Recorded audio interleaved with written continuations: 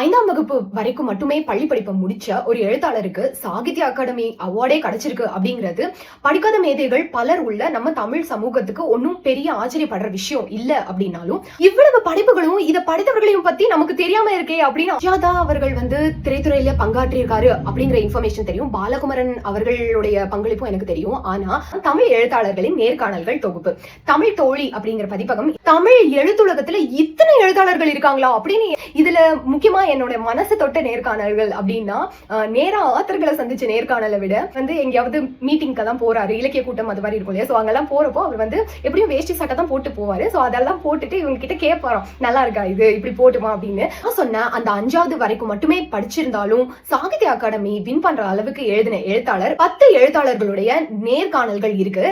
இது இல்லாம 5 எழுத்தாளர்களுடைய அப்போ 15 எழுத்தாளர்கள் பத்தி மட்டும் தான் இந்த புக்ல இருக்கா அப்படின்னா இல்லவே இல்ல. இந்த புக்கை நான் வாசிச்சப்போ எனக்கு எம்.டி. வெங்கட்ராம் அவர்களுடைய எண்ணிலக்கிய நண்பர்கள் புத்தகமும் ஞாபகம் வந்தது. ஏன்னா பித்தன், கூப்பாரா, ஜானகிராமன் அது மாதிரி அந்த காலகட்டத்துடைய விருதுநகர் மாவட்டம், சிவகங்கை வட்டம், வெம்பக்கோட்டை அந்த ஊராட்சி ஒன்றியத்தை சேர்ந்த மேலான் மறைநாடு அப்படிங்கிற ஒரு சின்ன கிராமத்துல மதன் கார்கி, கபிலன் வைரமுத்து அவர்களை பத்தி கூட எல்லாருக்கும் தெரியும். அவர்களும் கவிஞர்கள், எழுத்தாளர்கள், பாடலாசிரியர் எல்லாமே. ஆனா அவருடைய மனைவி பொன்மணி வைரமுத்து அவர்கள் ஒரு எழுத்தாளர், முக்கியமா ஒரு கவிஞர் அப்படிங்கிற இன்ஃபர்மேஷன் முக்கியமா காப்பான்ல பட்டுக்கோட்டை பிரபாகர் அவர்கள் திரைக்கதை வசனகர்த்தாவா இருந்திருக்காரு. அது போக கண்டேன் காதலை. எனக்கு தெரிஞ்சு இந்த புக்ல நான் வாசிச்சிருந்தது காஞ்சனா ஜெயதிலகர், அப்புறம் விமலா ரமணி, அப்புறமா 1982ஆம் ஆண்டு நடந்த உலக எழுத்தாளர்கள் மாநாட்டுல இந்தியாவின் சார்பா அழைக்கப்பட்ட முதல் பெண் இந்திய எழுத்தாளர் அப்படின்ற பெருமையோட இருக்கிற. இதை விட இன்னொரு ஆச்சரியமான விஷயம் என்னன்னா, சுரேஷ் பாலகிருஷ்ணன் அதாவது எழுத்தாளர் சுபா அப்படின்னு சொல்லப்படுற அவங்க ரெண்டு பேர் சேர்ந்து எழுதுறாங்க அப்படிங்கிற இன்ஃபர்மேஷனே எனக்கு இந்த புக்கு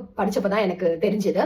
போக குமுதம் இதழ நிறுவன SAP அண்ணாமலை அவர்கள் பத்தியும், அதுல ஆசிரியர் குழுவுல இருந்த ராக்கி ரங்கராஜன் அப்படிங்கிறவரை பத்தியும், அதே மாதிரி பேய் கதை மன்னன் அப்படின்னா அந்த காலகட்டத்துல பயங்கரமான த்ரில்லர்ஸ், திகில் கதைகள்லாம் எழுதி ரொம்ப ஃபேமஸா இருந்த நாஞ்சல் PT சாமி அப்படிங்கிறவர் பத்தியும், ராணிமுத்து போன்ற பத்திரிகைகள்ல 44 ஆண்டுகளுக்கும் மேல ஆசிரியர் பொறுப்புல இருந்த அருணாசலம் மாரிசாமி அப்படிங்கிற ஆமா சாமி அப்படிங்கிற எழுத்தாளரை பத்தியும், எழுத்தாளர் இந்துமதி அவங்களுடைய இயற்பெயரை யூஸ் பண்ணாம அவங்களுடைய கடைசி தங்கையுடைய பேரை தான் யூஸ் பண்ணி கதைகள் எழுதியிருக்காங்கன்ற தகவல். அப்புறம் எழுத்தாளர் வாசந்தி அவர்கள் ஒரு பத்திரிகையாளரா அவங்க அதுவும் ஒரு பெண்ணா எத்தனை சிக்கல்களை அந்த துறையில அவங்க எதிர்கொண்டாங்க அப்படிங்கிற இன்ஃபர்மேஷனும், சமுத்திரம் அவர்களுடைய மனைவியையும் முதலே சொல்லி முனிசாமி அவர்களுடைய மனைவியையும் சந்திச்ச அந்த பேட்டி தான். வெறும் 111 பக்கங்களே உள்ள இந்த புத்தகம் கிண்டல் அன்லிமிட்டட்ல சப்ஸ்கிரிப்ஷன்ல ஃப்ரீயாவே கிடைக்குது. எழுத்தாளர்களுடைய ஒரு புத்தகத்தை நம்ம வாசிச்ச கூட நம்ம வாழ்நாள் பத்தாதே அப்படின்ற மாதிரி எண்ணம் தான் மேலோங்குது. தொடர்ந்து வாசிப்போம். நன்றி.